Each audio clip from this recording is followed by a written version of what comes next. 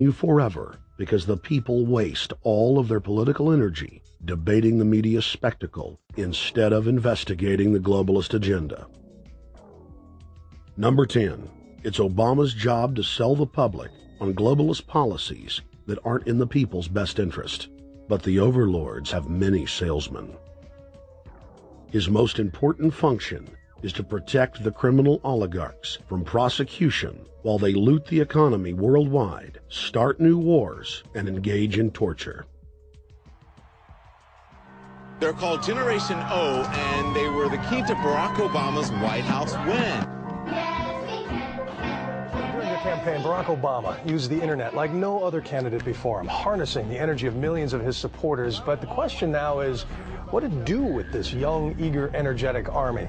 This gives Barack Obama and his administration contact information for so many people, so next time he needs to push his legislation, he can contact all these people. Kennedy-esque. I feel as though this was like when John F. Kennedy was elected. Shouting, smiles, and tears. This is the best day of my life! It was the scope of Obama's victory that was most impressive. I saw a photograph of Obama playing basketball, and I said, you know what? I see him as a leader, and that's the world that's in his hands. Own a piece of history, commemorating the day the world changed forever. His confident smile and kind eyes are an inspiration to us all. In summation, Barack Obama is a Madison Avenue created fad.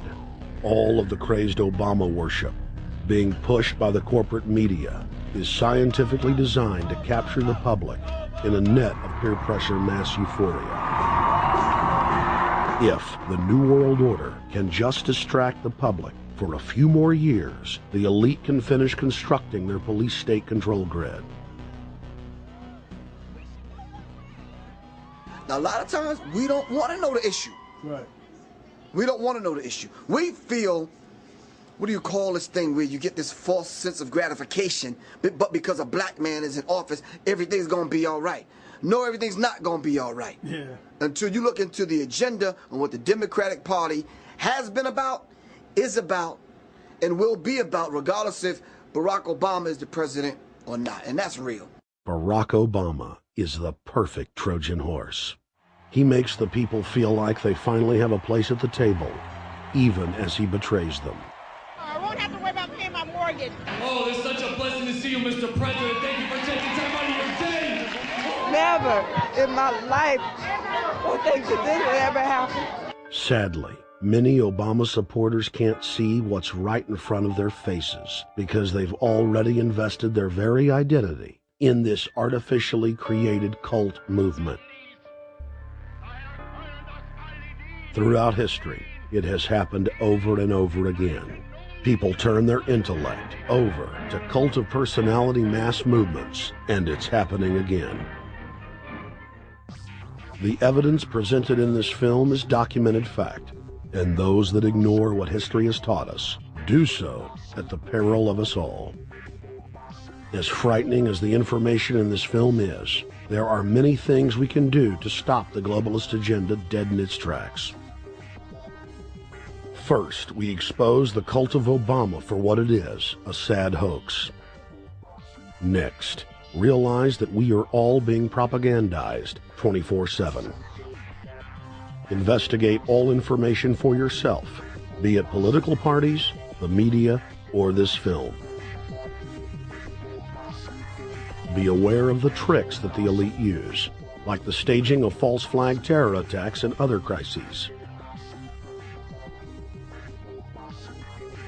Rediscover the Constitution and Bill of Rights. Promote a culture of true liberty. There is a reason the internationalists are attempting to destroy the sovereignty of all 50 states. They know it is one of the biggest threats to their domination.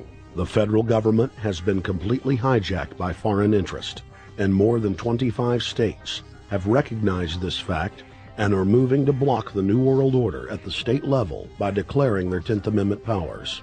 But most important of all, there is a huge awakening taking place in the United States and across the world against the globalist agenda. Free people everywhere are joining together and saying no to corruption and tyranny, and no to world government. This is the center of endurance, and endurance is what wins wars. Not how many people you kill, but how long can you endure. George Washington lost almost every battle he had, but he endured. He out-endured the British, and that's how the battle was won. Endurance.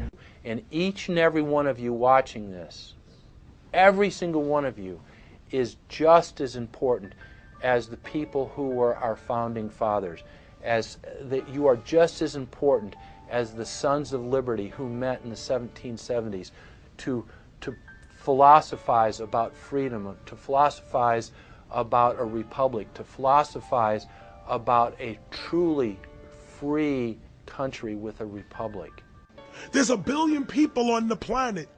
It only takes one to change it. Are you the one? There may be everybody in your classroom bugging out. Your whole school may be on fire with kids wild and bringing guns. But are you the one? Nature has a way of abundance. Nature puts out a lot of stuff looking for the one.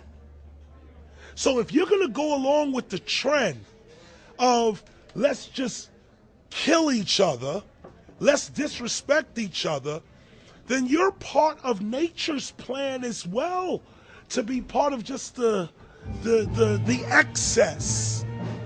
But if you think more of yourself than just being the excess, you'll do more for yourself.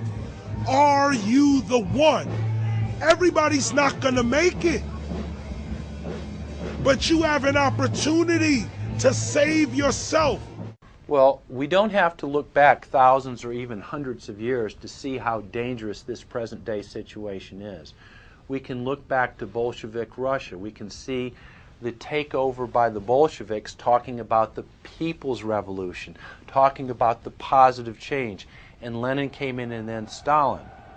The fact is that over 40 million Russians between 1925 and 1940, good Russians, people who were Christians, people who had their own businesses, people who were educated, they were exterminated because they had their own business, because they were educated, because they believed in God's law.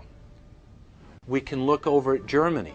Germany was in a very, very terrible economic situation, and this very charismatic leader called Adolf Hitler comes in.